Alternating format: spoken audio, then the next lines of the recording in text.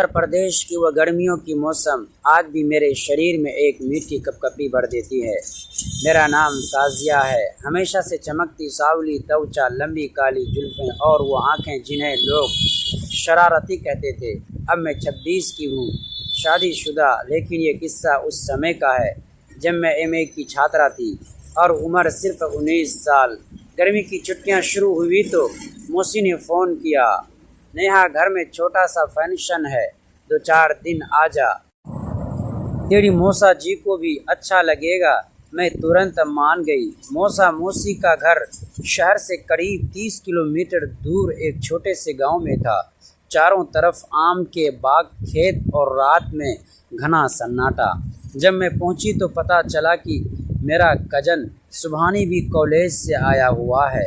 सुभानी मुझसे दोस्तों, वीडियो में आगे बढ़ने से पहले वीडियो को लाइक और हमारे चैनल को सब्सक्राइब ज़रूर कर दीजिएगा। दोस्तों, चलते हैं आज की कहानी की तरफ। लेकिन कदकाठी और चेहरे पर अब वह नटखटपन कम और एक गहरी आकर्षक गंभीरता ज़्यादा दिखती थी। मैंने मजाक में कहा, अरे वाह, हमारा छोटू अब तो जवान हो गया है। वो मुस्कुराया, मेरी आंखों में देखते हुए बोला, दीदी आप तो पहले से ही किसी फिल्म की हीरोइन लगती थी, अब तो देखकर सांस अटक जाती है। मैं हंसी, पर उसके लहजे में कुछ ऐसा था कि गाल गरम हो गए।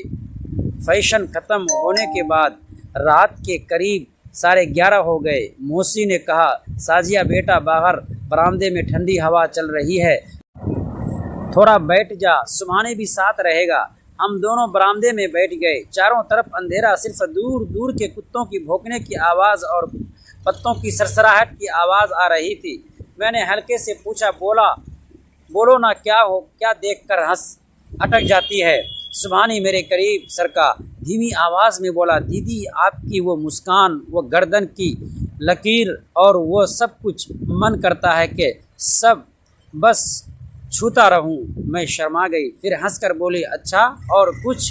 वो चुपके से बोला, मौसा को रात में कभी कभी मैंने देखा है। वो बोला, प्यार वो इंतज़ार करता है कि कब मौका मिले। मैं हंसी, झूठा, ऐसा कुछ नहीं होता। वो गंभीर होकर बोला, आज रात दिखाता हूँ, अगर तुम चाहो। रात 11:30 के आसपास मौसी की आवाज़ आई, दोनों अंदर आ जाओ, मच्छर काट लेंगे, मेरे ऐसी वाले कमरे में ही सो जाना, वहाँ ठंडा है। हम अंदर चले गए। सुभानी ने फुसफुसाया, जागते रहना, कुछ देर बाद चलते हैं।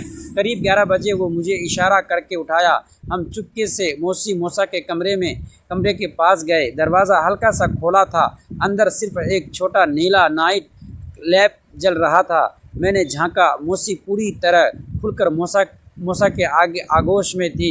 उनकी सिसकियाँ, मौसा का प्यार भरा स्पर्श, पूरा कमरा प्रेम और वासना की खुशबू से भरा था।